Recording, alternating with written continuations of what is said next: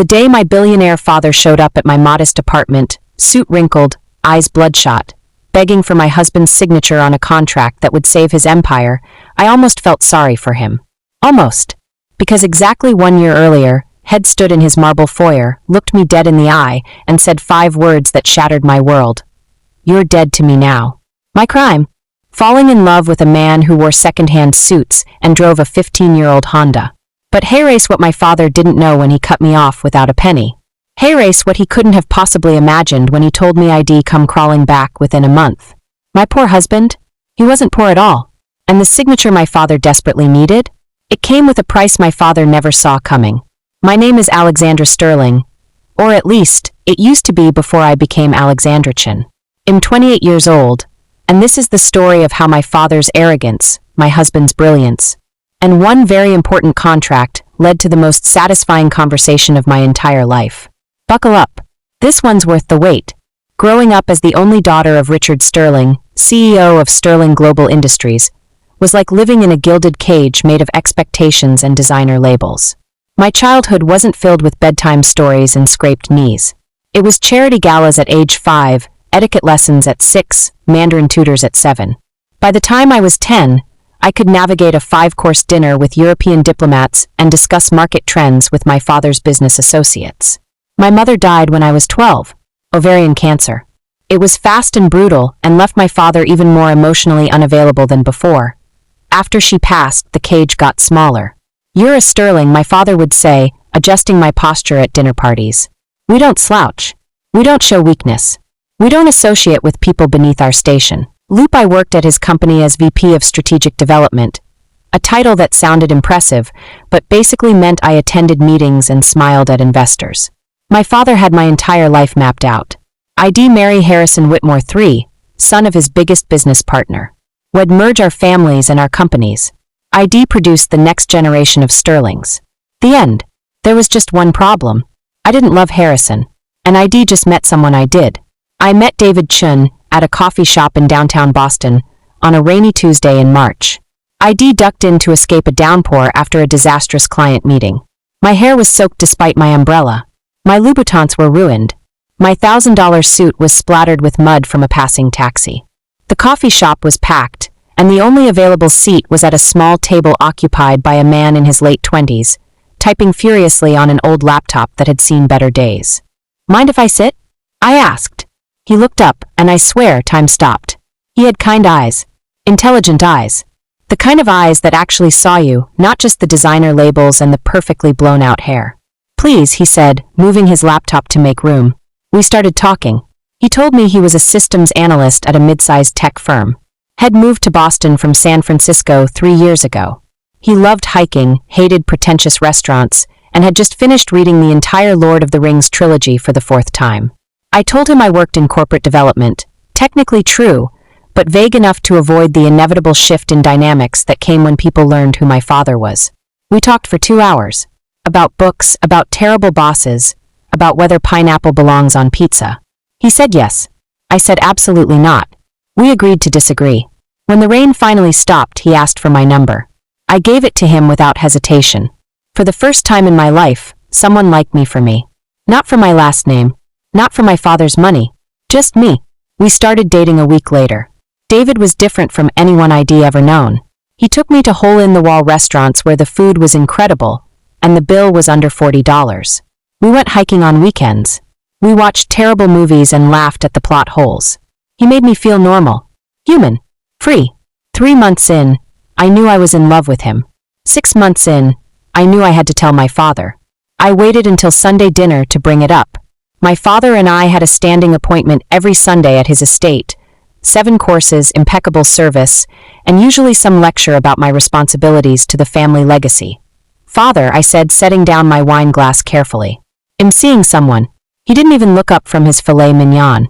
"Harrison mentioned you two haven't been spending much time together lately. I assumed you were busy with the Singapore project." "I'm not seeing Harrison," I said. "I'm seeing someone else. His name is David Chun." Now my father looked up. "Chun? Is he related to the Chun family from Hong Kong? The shipping magnates?" "No. He's from California. He's a systems analyst." My father's fork paused halfway to his mouth. "A what?" A systems analyst. He works in IT. The silence that followed was deafening. My father set down his fork with surgical precision. You're dating someone in information technology. Yes. What's his background? Which school? Family connections? He went to UC Berkeley. His parents own a small restaurant in Sacramento. I watched my father's face turn an interesting shade of red. Absolutely not, he said. Excuse me? You will end this immediately. I don't care how you do it. Tell him you made a mistake. Tell him you're getting back together with Harrison. I don't care. But this ends tonight. Father, I'm 26 years old. You're a sterling. His fist hit the table, rattling the china. Do you have any idea what people will say? My daughter, slumming it with some middle-class nobody? He's not a nobody. He's kind, intelligent. He's beneath you. And this conversation is over. But it wasn't over. Not for me.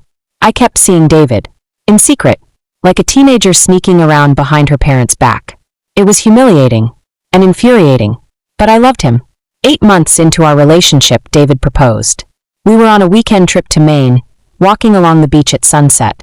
He got down on one knee in the sand and pulled out a simple gold band with a small diamond. It's not much, he said, his voice shaking slightly. I've been saving for 6 months. But Alex, you're the best thing that's ever happened to me. Will you marry me?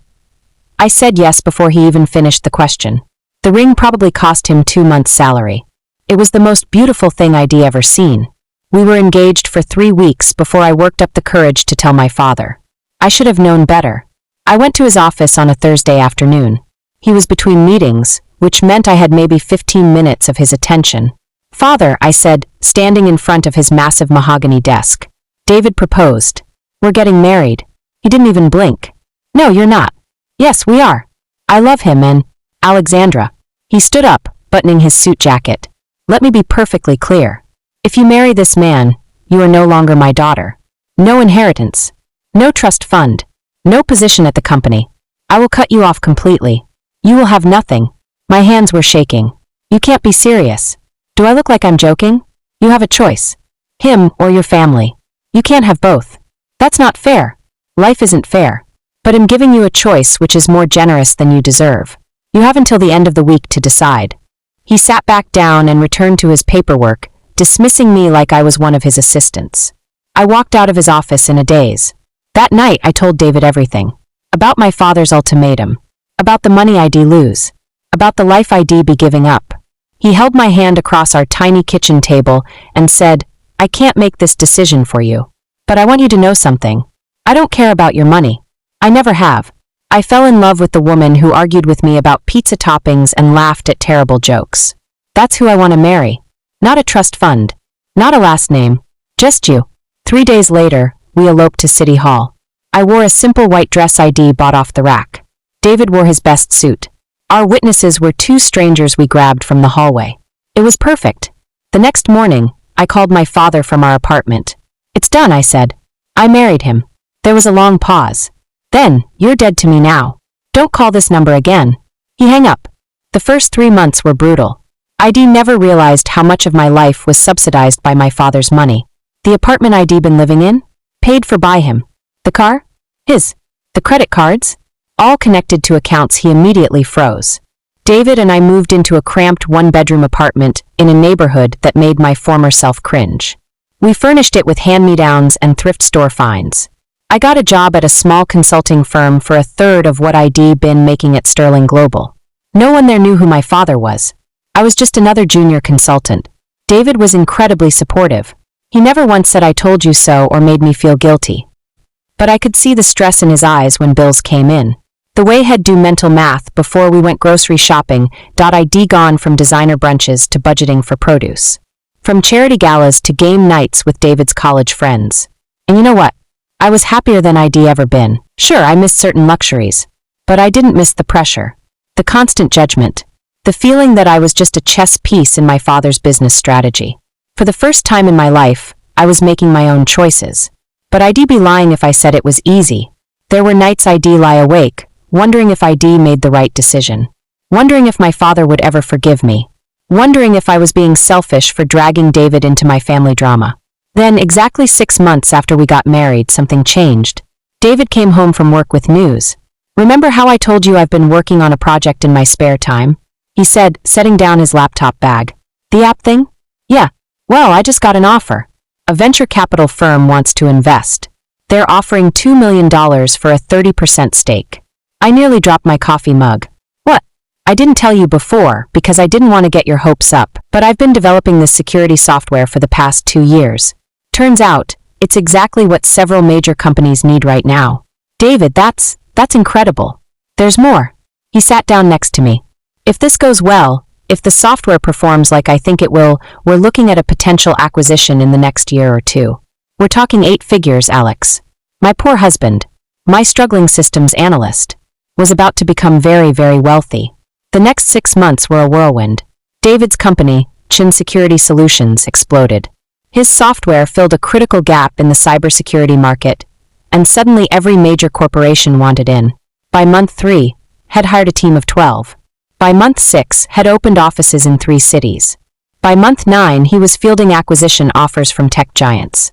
We moved out of our cramped apartment into a beautiful brownstone in Back Bay.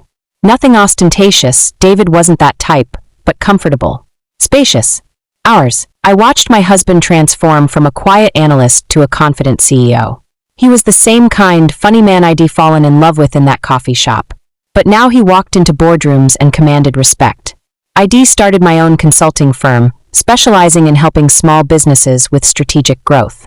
It was rewarding work, and for the first time, I was building something that was mine. Not my father's. Mine. We were happy. Genuinely, authentically happy. Then, 1 year and 2 days after my father had disowned me, my phone rang. Unknown number. I almost didn't answer. But something made me pick up. Hello, Alexandra. The voice was familiar but strained. It's Martin. Martin Webb. My father's executive assistant for 20 years. Martin? How did you get this number? I need to speak with you. In person. It's about your father. My stomach dropped. Is he okay?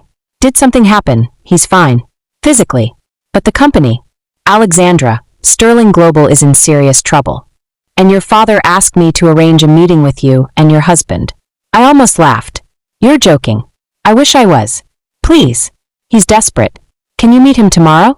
I should have said no. Should have hung up and gone back to my life. But curiosity won. Tomorrow. 2 p.m. Our office. And Martin? He comes to us. Not the other way around. There was a pause. Understood. My father showed up at our office building at 1:58 p.m. I watched from the window as his driver pulled up in the familiar black Mercedes. But when my father stepped out, I barely recognized him. Head aged 10 years in one. His hair, always perfectly styled, was disheveled. His suit was wrinkled. He looked small. Defeated, David squeezed my hand. You okay? No idea, I admitted. When my father walked into our conference room, he stopped dead. I was sitting at the head of the table. David was to my right. We were in our space. Our company. Our rules. Alexandra, my father said quietly. Mr. Sterling, I replied, keeping my voice neutral.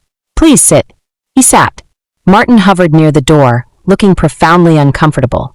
You wanted to meet with my husband, I said. He's here. What do you need? My father cleared his throat. For the first time in my life, I saw him struggle for words. Sterling Global is facing a hostile takeover. Whitmore Industries, Harrison's father, has been buying up shares. He's got 45%.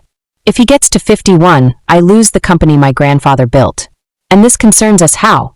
David asked calmly. My father looked at him properly for the first time. Really looked at him. I need a white knight investor. Someone who can buy a significant stake and vote with me to block the takeover. I've exhausted every option. Every bank, every private equity firm, every contact I have. Again, David said. What does this have to do with us? My father's hands clenched on the table. I've done my research. Mr. Chin, your company is valued at $70 million. You personally have assets exceeding $50 million. You have the capital to help me. The silence in the room was deafening. You want my husband to save your company, I said slowly. The company you threw me out of. The company you said I'd never be part of again. Yes. After you told me I was dead to you. Yes. After you called my husband a nobody. Beneath our station. My father's jaw tightened. I was wrong. David leaned back in his chair, studying my father. Let me get this straight, he said. You disowned your daughter. Cut her off without a penny. Told her she was making the biggest mistake of her life. And now you want me to invest millions of dollars to save your legacy. Yes. Why would I do that? Because My father struggled. Because despite everything, she's still my daughter. And losing my company means she loses her inheritance. I laughed. Actually laughed. Dad, I don't care about the inheritance. I never did. Then do it for the employees. 3,000 people will lose their jobs if Whitmore takes over. He's planning massive layoffs. David and I exchanged a glance. If, and this is a big if, we were to consider this, David said, what are you offering in return? A 15% stake in Sterling Global. Board seat. Full voting rights. Not interested. My father's face paled. What do you want? David stood up and walked to the window. Hey, race my offer. I invest $40 million. In return, I get 20% of the company and a seat on the board. But there are conditions. Name them. 1. Alexandra gets reinstated as VP of Strategic Development. Full back pay for the year she's been gone. Plus, she gets 5% equity in the company. Non-negotiable. My father nodded slowly. 2. You publicly acknowledge your mistake. Press conference. You apologize to your daughter for disowning her. No corporate speak. No lawyer statements. A real apology. My father's face turned red. That's humiliating. Yes, David said calmly. It is. Those are my terms. Take it or leave it. The room was silent for a full minute. Finally, my father spoke. There's a third condition, isn't there? David smiled slightly. Yes. You attend Sunday dinner. At our house. Every week. No assistants. No phones. Just family. That's it. That's it. $40 million, and I get my wife's father back. Seems fair to me. My father signed the contracts 3 days later. The press conference was uncomfortable. I watched from the front row as my father stood at a podium and admitted had been wrong. That had let pride and prejudice cloud his judgment. That had pushed away the most important person in his life. I saw the genuine emotion in his eyes when he looked at me. The regret. It didn't fix everything. Years of hurt don't disappear with one apology. But it was a start. The first Sunday dinner was awkward. My father sat in our modest dining room, eating pot roast David had made, looking profoundly out of place. But he came back the next week. And the week after that. Slowly, very slowly, we rebuilt our relationship. Not the one we'd had before, where I was an accessory to his empire. A real one, where he asked about my work, where he listened when I talked, where he treated David not as someone beneath us, but as his son-in-law. It's been 3 years now since that first meeting. Sterling Global survived the takeover attempt. The company is thriving, and I genuinely enjoy my work there. David's company was acquired for $120 million. He's now the CTO of one of the largest cybersecurity firms in the world. My father walked me down the aisle at our real wedding last spring. The one with all our friends and family. The one where he gave a toast about how wrong had been and how grateful he was that I'd forgiven him. People ask me if I regret the year of struggle. The year of being cut off and starting over. Honestly? No. Because that year taught me what really matters. It taught me that love is stronger than money. That family isn't about blood or bank accounts.